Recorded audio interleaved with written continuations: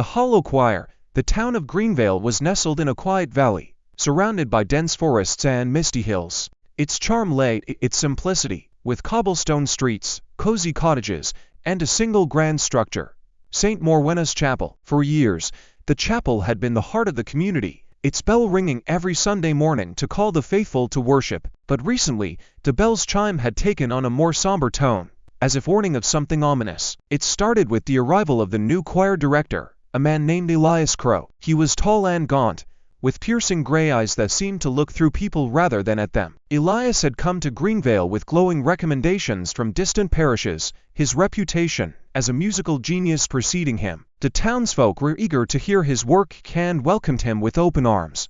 Elias wasted no time in assembling the town's choir, carefully selecting voices and training them to harmonize with eerie precision. The first performance under Elias's direction was unforgettable. It was All Hallows' Eve, and the chapel was packed with townsfolk eager to hear the choir's debut. When the voices rose, the music seemed to fill every corner of the chapel, a hauntingly beautiful melody that left the audience breathless. But beneath the awe, there was a strange unease. The notes lingered too long in the air, echoing like whispers in an empty room. The choir's faces seemed unnaturally serene, their eyes unfocused as they sang. When the final note faded, the crowd erupted in applause, but the feeling of unease remained.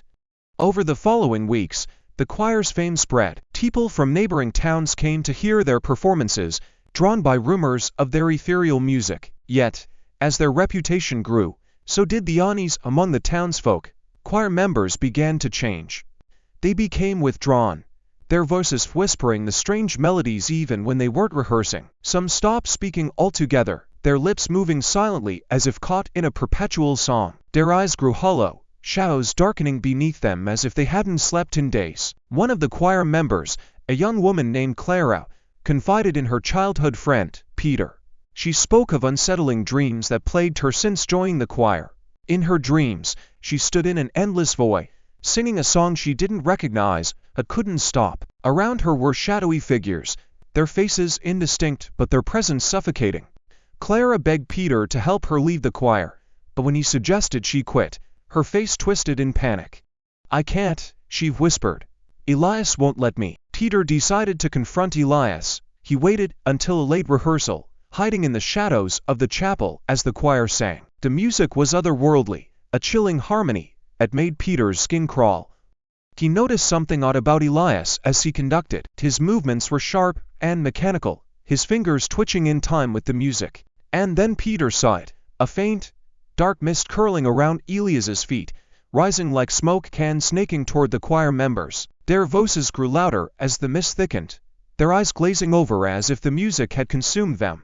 Peter fled the chapel that night, his mind racing. He needed proof of what he'd seen, something to convince the townsfolk of the danger. The next day, he returned with Clara, determined to break whatever hold Elias had over the choir. Together, they searched the chapel, eventually finding a hidden chamber beneath the altar. Inside, they discovered ancient sheet music scrawled with symbols neither of them recognized.